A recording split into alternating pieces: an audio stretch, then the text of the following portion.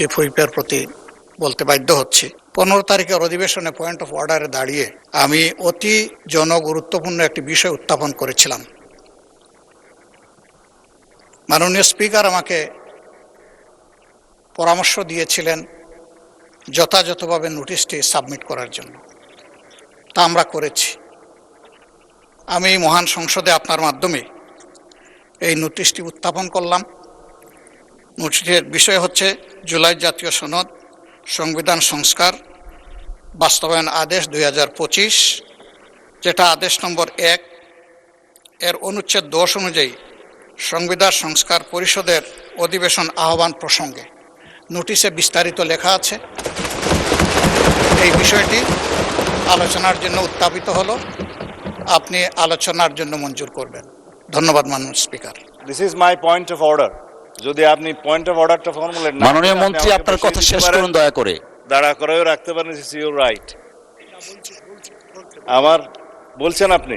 মাননীয় মন্ত্রী আপনার বক্তব্য শেষ করুন দয়া করে। আমি সবাইকে সম্মান জানাতে চাই। আপনি দয়া করে মাননীয় বিরোধী দলীয় নেতা একটা প্রস্তাব উত্থাপন করেছেন আলোচনার জন্য, যেটা মাননীয় স্পিকার বিগত দিনে ওনাকে অনুরোধ করেছিলেন আপনি বিধি মোতাবেক নোটিশ উপস্থাপন দেন, আমরা বিধি মোতাবেক আলোচনার জন্য আপনাকে সময় দেব। কিন্তু সেটা মাননীয় চিফ হুইপ যেটা বলেছেন যে আমাদের ট্রেডিশন অনুসারে যে প্রশ্নোত্তর পর্ব এবং 71 বিধির পরে এই জাতীয় মুলতবি প্রস্তাবগুলো নিয়ে নোটিশ উত্থাপিত হয়, সেই কথাটাই আপনি মাননীয় বিরোধী দলীয় নেতাকে বলেছেন। এখানে আমার মনে হয় না কোনো অধিকার ক্ষুণ্ণ হয়েছে। আমার মনে হয় আপনি প্রশ্নোত্তর পর্বের বাকি বিষয়টা যে 71 বিধিতে আপনি আজকে উত্থাপন করার সুযোগ দিবেন কি দিবেন না সেটাও আপনার এখতিয়ার, তবে এটা সংসদ সদস্যদের একটা অধিকার। তো এরপরে যদি মাননীয় বিরোধী দলীয় নেতা তার নোটিশের প্রস্তাবটা উত্থাপন করেন, তার এগেনস্টে হয়তো আমাদেরও 2-4 কথা বলার থাকতে পারে, সেটা আমরা পয়েন্ট অফ অর্ডার ফর্মুলেট করেই বলব। তো সুতরাং আপনি বিধি মোতাবেক এগিয়ে যান। আমিও আপনাকে অনুরোধ করবো আপনার মাধ্যমে যেভাবে আপনি অর্ডার অফ দি ডেটা পরিচালনা করতে চাচ্ছেন দয়া করে সেভাবে যান, আদার মেম্বার্সদের রাইটটাও প্রোটেক্টেড হয়।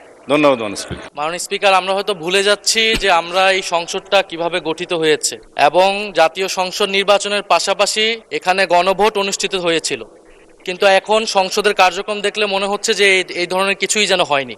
ফলে এটি যে কোনো জনগুরুত্বপূর্ণ ইস্যুর তুলনায় সবচেয়ে বেশি গুরুত্ব সহকারে এই সংসদে আলোচনা হওয়া উচিত, এর সুরাহা হওয়া উচিত, তারপরে আমাদের যে রেগুলার যে দৈনন্দিন কার্যক্রম সেটি হওয়া উচিত। আমরা আজকে বিধি মোতাবেকই আমাদের বিরোধী দলীয় নেতা উনি নোটিশ দিয়েছেন।